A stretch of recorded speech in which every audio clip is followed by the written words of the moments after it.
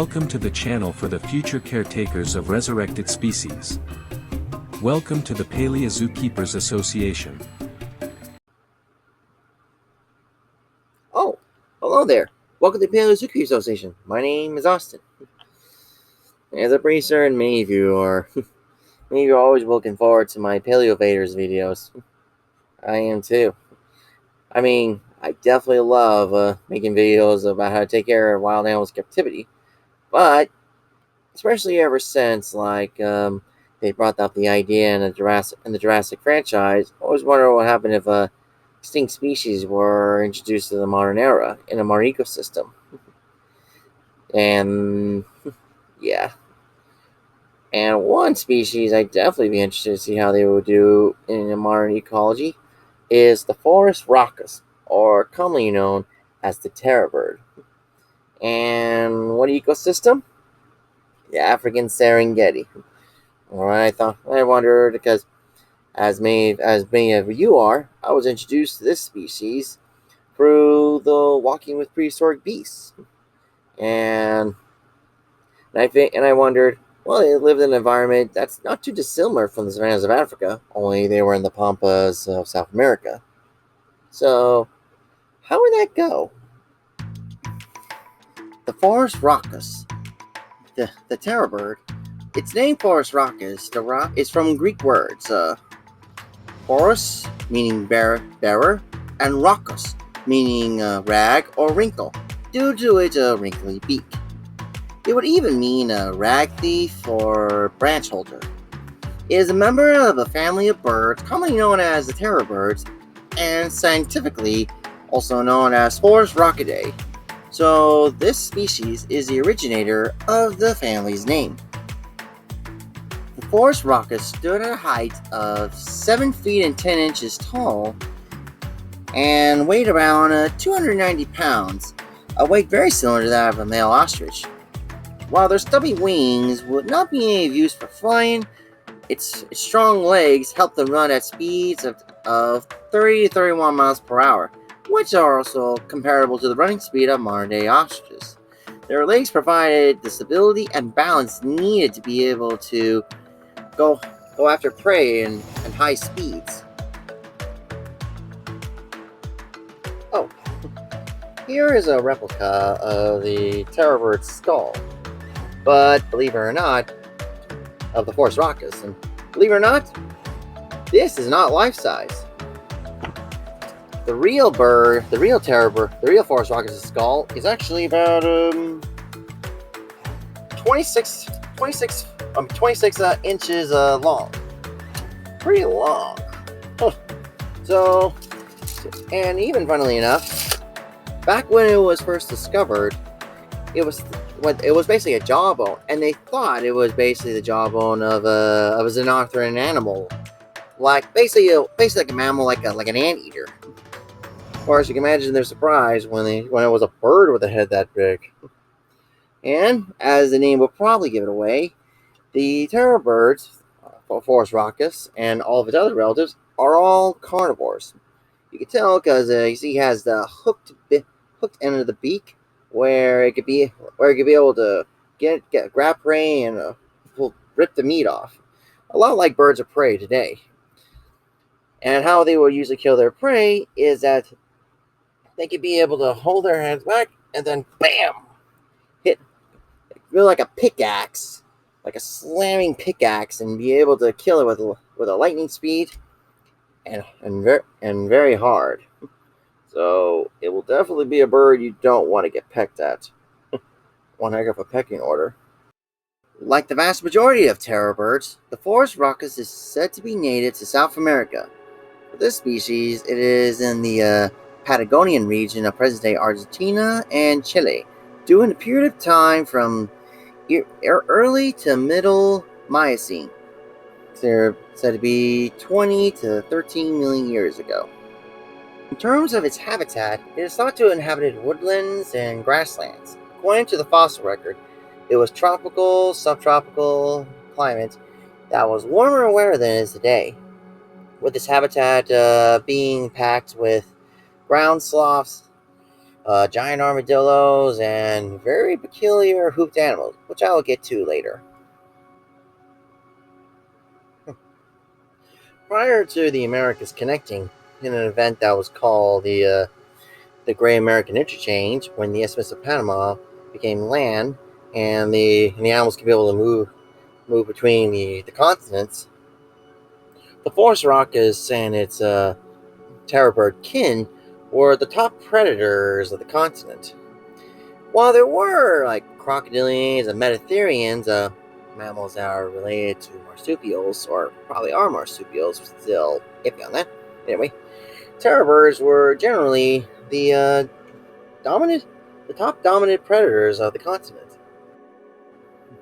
Now, generally, each species of a terror bird does have their own type, specific types of prey. For the Phorusrhacos, their potential prey would include small to medium-sized animals. With its ability to run down relatively fast animals, this terror bird would more likely hunt herbivores that were smaller than itself that lived in the same environment. Among some of these potential prey options, there are small species of South American native ungulates from the Noda ungulate family, which is a family of ungulates that, while they are somewhat closely related to pterodactyls, which includes rhinos and horses, they are not that closely related to any other hoofed animal that is living today. Some would definitely be small enough like the Thalatherium here. I hope I pronounced that right. It's a little horse-like, gazelle-like animal. Will definitely become a good meal for the Phorusrhacos. Modern paleontological analysis shows that some predators may have targeted smaller prey, like rodents, which could be killed with a forceful downward peck.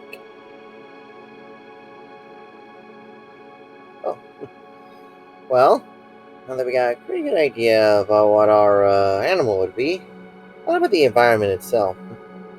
It probably should be go without question, since most people should know about the African Serengeti. For those of you who don't know, the Serengeti is an ecosystem that is located in the northern part of Tanzania in the continent of Africa. The protected area within the region includes approximately 12,000 square miles of land.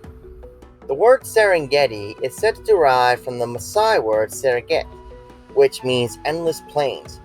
With this, it would be obvious that Serengeti has vast expanses of plains, with floodplains near Lake Victoria and some woodlands from acacia to broadleaf woodlands.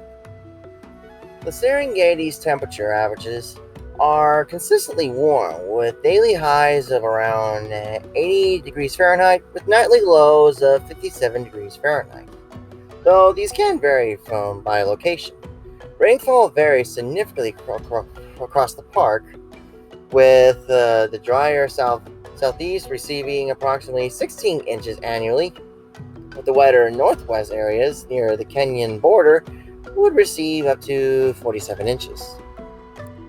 The Serengeti is well known for its wildlife within its ecology, especially well known for the large migrations of wildebeest and other hoofed animals like zebras, along with other grazing animals like from gazelles to Cape buffalo. They're known to have them in large numbers. Hunting these herbivores is a variety of predators, especially large populations of lions.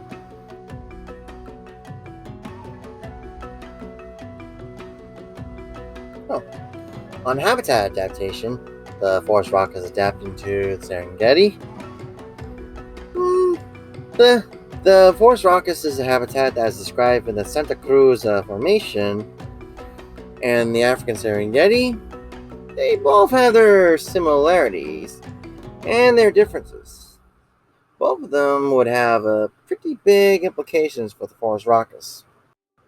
Both habitats are not uniform. They're both a mosaic of open savannas, grasslands, semi-deciduous forests, gallery forests along waterways, and have marshlands as well.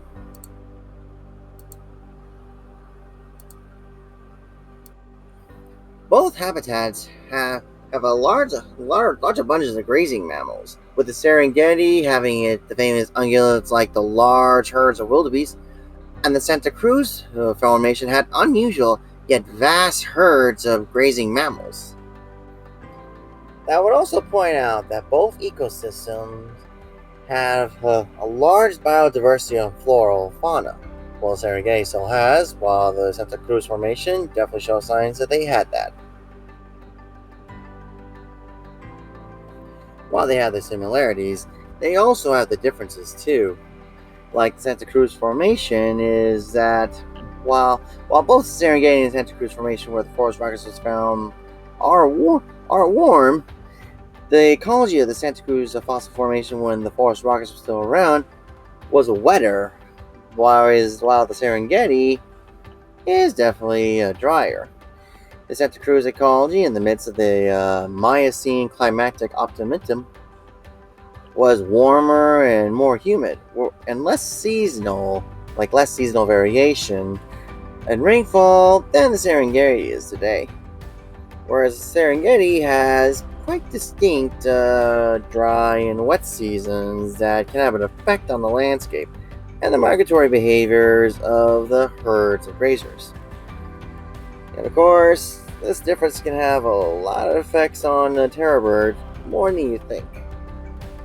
While the wet season would obviously provide a lot of food for the terror birds, the dry season would definitely have a negative effect on the birds.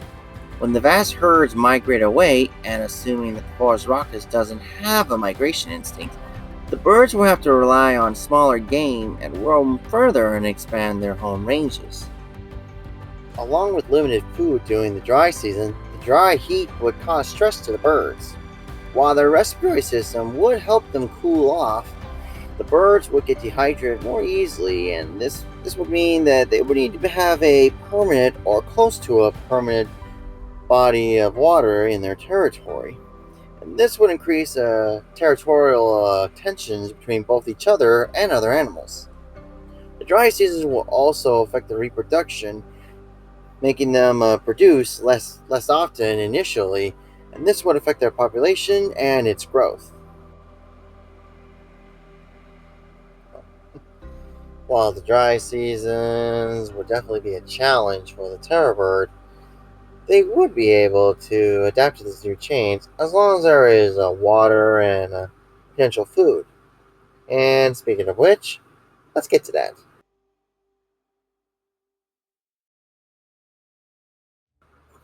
Just like in its native habitat, Phorusrhacos definitely has a large plethora of prey that it could feast upon in the Serengeti.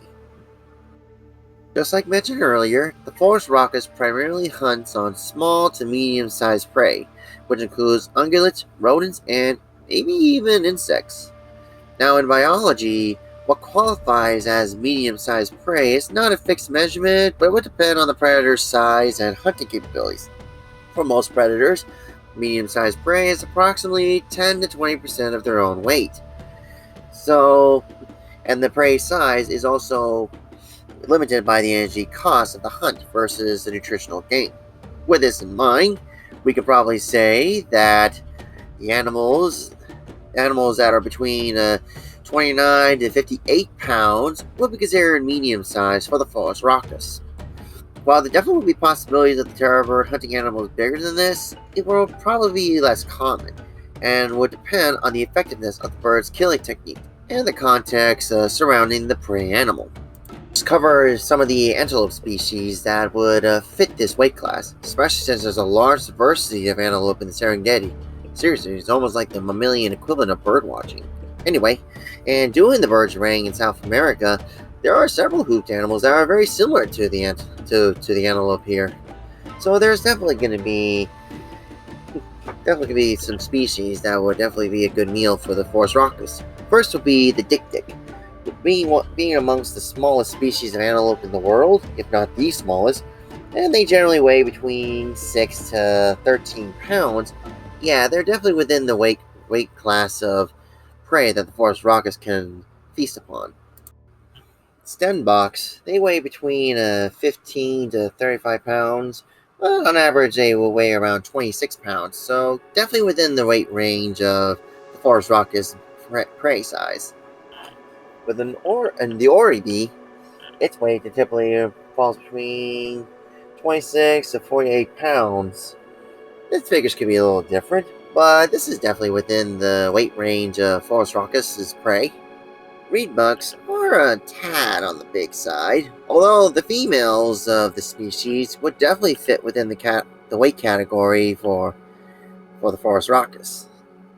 The Gearnook would definitely fit within the prey range of the Phorusrhacos, although females fit more into the weight class than the males do. The Thompson's Gazelle, that classic prey of the cheetah, it's definitely within the weight class for Phorusrhacos, weighing from as low as 33 pounds to up to 77 pounds. They would definitely be within the weight class as prey for the Phorusrhacos. There are many other species of antelope in the Serengeti, but a lot of them would probably be a little above the weight class and will generally be a good opportunity in case of scavenging or going after their calves. Or even like you got that one chance where like a large species of antelope had an injury and will make it easier for the Phorusrhacos to go at it. One example of the Phorusrhacos will be growing more often with the calves would be the wildebeest. When wildebeest have their annual migrations, and especially when they have their calving seasons, it will definitely have a large impact on the terror birds. Throughout their annual migrations, the wildebeest would fatten up any predator that's able to hunt them. While it may be circumstantial for Phorusrhacos to go after adults, calves, especially those that are either newly born or at least a few weeks old, would definitely make a great meal for the bird, presuming they could be able to catch them and not get injured by the mother in the process. Warthogs would definitely be a good potential meal, but not without risk. An unwell hog or piglet would definitely be considered an easy meal for the bird, especially when the bird can actually swallow a piglet whole. A large boar or a very protective mother pig, both of which are healthy, would be risky and dangerous for the terror bird, so it would need to hit hard and fast to be able to make a successful kill of this porker. There would be a lot of small animals that Phorusrhacos would gobble up, from the weird rodent-like elephant relative hyraxes to even small predators like the serval. Basically, any small animal that they could overpower is fair game for the terror bird. Even the infamous honey badger would become a potential prey as well, but not without a fight. Primates like the verdict monkey and the olive baboon would definitely be interesting, since while they were preys in South America at the same time as the Phorusrhacos, both had very different habitat preferences. Like the South American primates would prefer rainforest, while the terror bird preferred more open habitats. Both are pretty smart animals, so it would be like a battle of wits.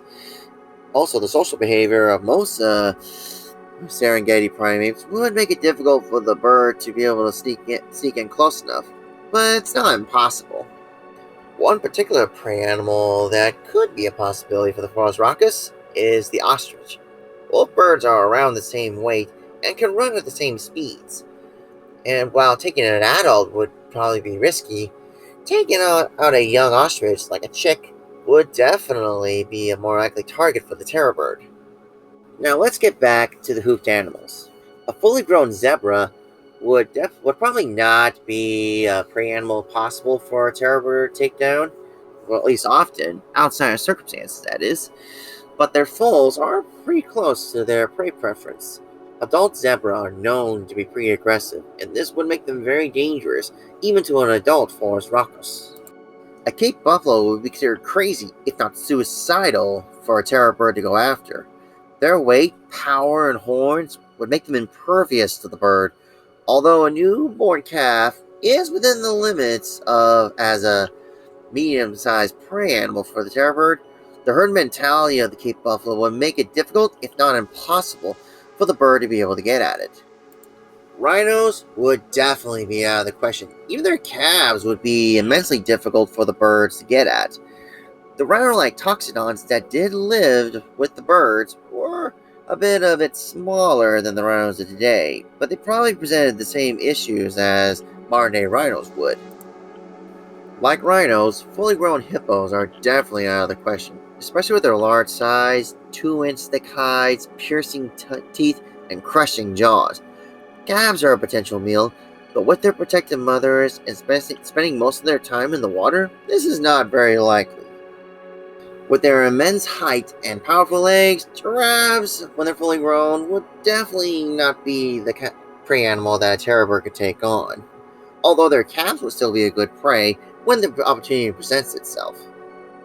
Weighing up to 5 tons and standing up at 10 to 12 feet tall, fully grown African elephants would not be a potential prey item for the terror bird, though calves could be if the opportunity presents itself. While terror birds wouldn't be able to take down a prey animal as large as the African elephant, the carcasses of such animals would still be a valuable source of meat for the birds as a scavenging opportunity. Just as the elephant carcass would draw in the terror birds, they will also draw in the scavengers and predators that would be the birds' greatest rivals.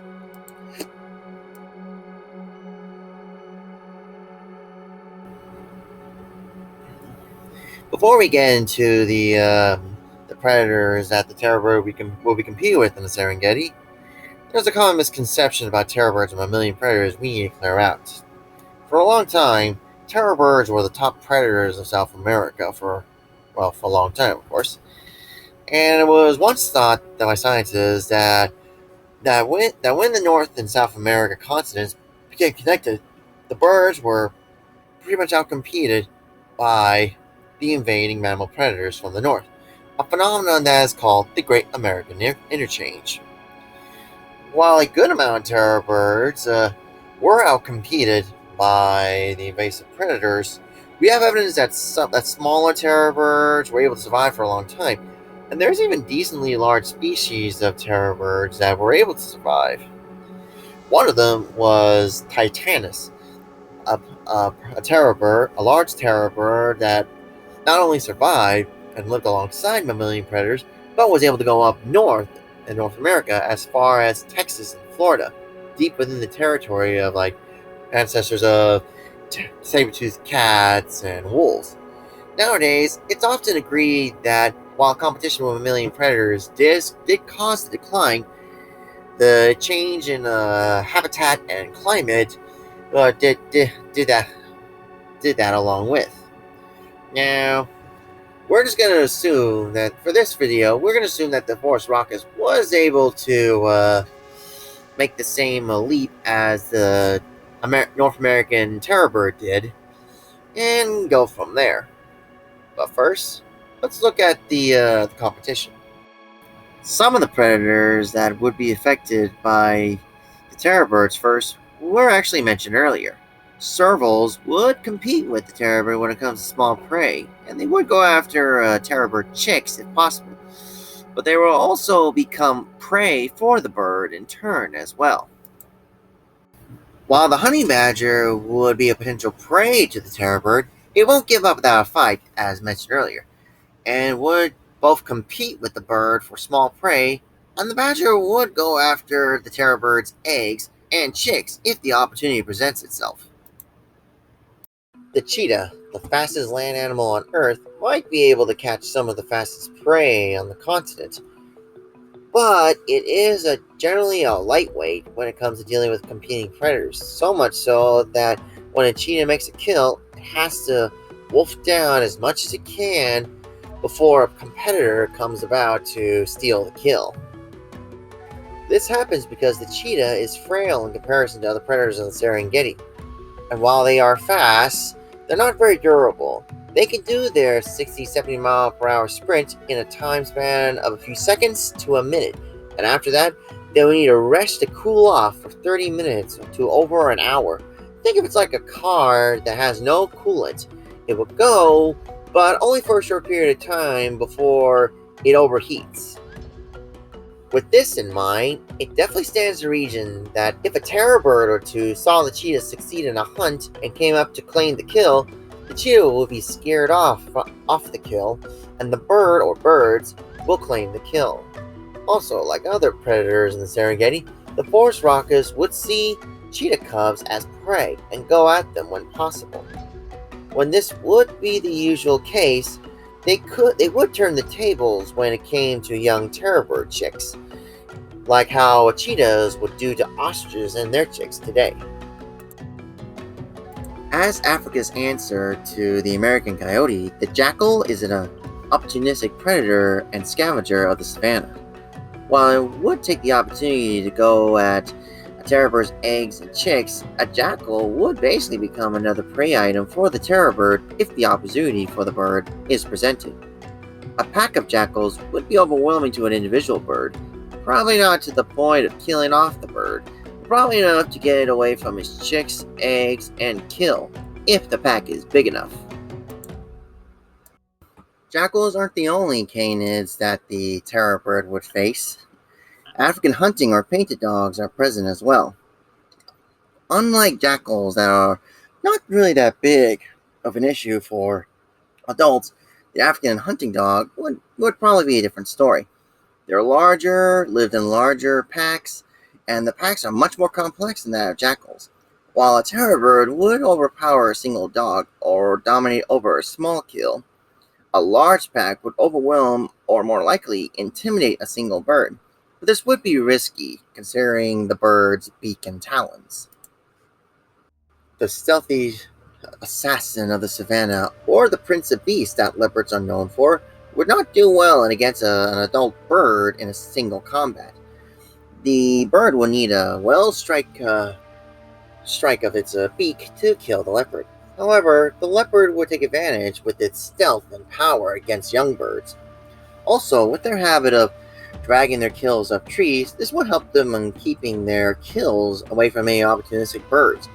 And a lot of the prey that leopards would hunt on average fall within the prey range of that of the terror birds as well. So they will definitely be a significant competitor with the terror birds for food. The spotted hyena would be an absolute nightmare to the Phorusrhacos. While a single hyena might not do so well against an individual adult bird, the individual animal's bone-crushing bite and surprising intelligence would definitely be a problem. Also, the hyena would really become a danger to an individual bird when there's more of them, whether a pair or a whole clan of them. A whole clan of hyenas would definitely steal a kill from a terror bird or keep them away from a potential carcass. Also, the spotted hyena would be an immense threat to the terror bird's eggs and offspring. With their intelligence and cooperation, especially their cooperative intelligence, even surpasses that of chimpanzees, one hyena could distract the mother or father, if they're like ostriches, from the nest, while another hyena could go for the nest. This won't be without risk, though. If the hyenas fail to do it properly, one of the hyenas could be killed and possibly become a meal for the parents-to-be. Next in line after the spotted hyena, the largest and most apex mammalian predator of the continent would definitely be a nightmare for the terror bird. On a one-on-one fight, while they can still be pretty dangerous to a terror bird, a lioness would probably have some issues with the bird. Not without a fierce fight. However, a large male would definitely beat up a Phorusrhacos with its great strength, weight, and formidable weapons. So, neither side is going to go down without a fight. With the whole pride of lions, it would not go so well for the bird. When faced with the whole pride of lions, the terror bird would definitely run away or even become prey to this group of cats. While an individual lioness might get killed by the bird if the bird decided to fight the pride, there will be multiple lions that would take the opening when or if this happens. However, the tables can turn. While yes, that Phorusrhacos' chicks and eggs would be vulnerable to lion predation, their cubs could be susceptible to the terror bird's predation as well. If a terror bird has found an unattended litter of lion cubs, they would definitely take this opportunity and gobble up the lion cubs with a voracious appetite. While different, the Nile crocodile is a creature that the Phorusrhacos would be a bit familiar to, for fossils have shown that, especially in Colombia, show that a giant caiman, a distant relative of the Nile crocodile, did hunt terror birds. While the terror bird would hunt crocodile hatchlings when the opportunity is there, the bird would definitely try to avoid crocodiles and be wary around sources of water. Vultures, instead of being competition, they would provide an excellent service for the terror birds. Examinations of a terror bird's brain cast has shown that the bird is not only very well balanced when running, but it's also relatively smart. While it's not on the same level as complex reasoning like modern corvids or parrots, its intelligence is comparable to that of modern-day predatory birds like hawks and eagles. With this in mind, along with them having a very powerful eyesight, the terror bird would definitely be smart enough to be able to watch out for vultures, for the presence of vultures would mean a carcass is available. It wouldn't be too much of a stretch, for we have evidence that Phorusrhacos did live beside New World vultures and condors, so they would have had the same behavior with them as well, and it would easily just transition to this behavior with the African species.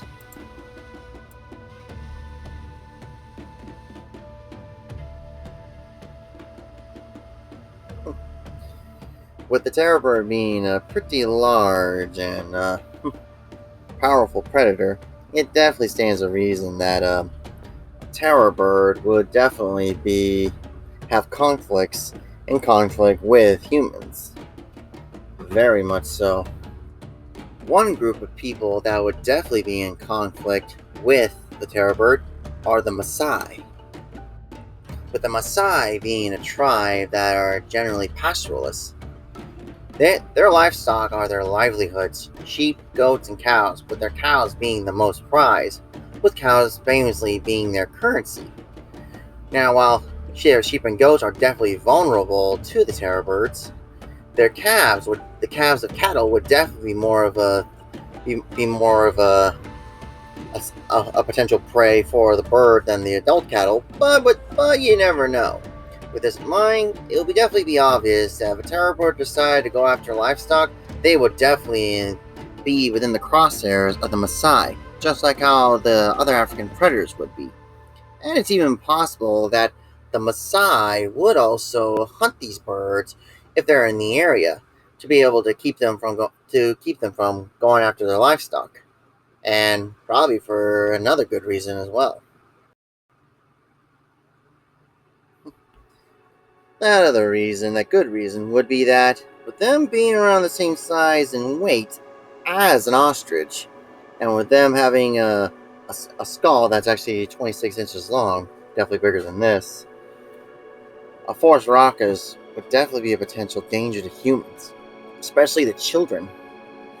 So I can definitely imagine that, like the lions and hyenas and leopards of the African savannas, terror birds would potentially see humans, especially young children, as prey. So they would definitely bring up conflicts with the local populace. This will most likely happen during like dry seasons and when there's a times of famine. When there's a lot of prey around, especially adequate sized prey, they would definitely probably the attacks may be less. But there's always going to be that one rogue take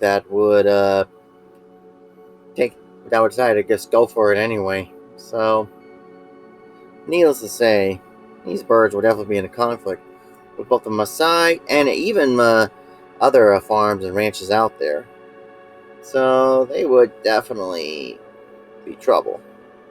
While there will definitely be a lot of struggles for the terror bird that comes from both predators and prey, there is still a potential niche for these birds to be able to survive the Serengeti.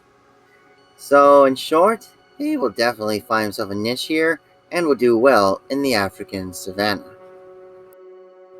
Hey there, if you made it this far, thank you for watching the video. This topic was always a fascinating one of mine, especially ever since I saw the terror birds in the Walking with Beasts show, and even seeing on Prehistoric Park and wondering what would happen if a terror bird got loose in the African ecosystem. So it was definitely a fun topic to research on. This video has been sponsored by David Glean. I want to thank you for your sponsorship, and if you haven't already, check out his YouTube channel and give him his like, subscribe, and everything that he deserves. I'll send a link to his channel in the description box down below.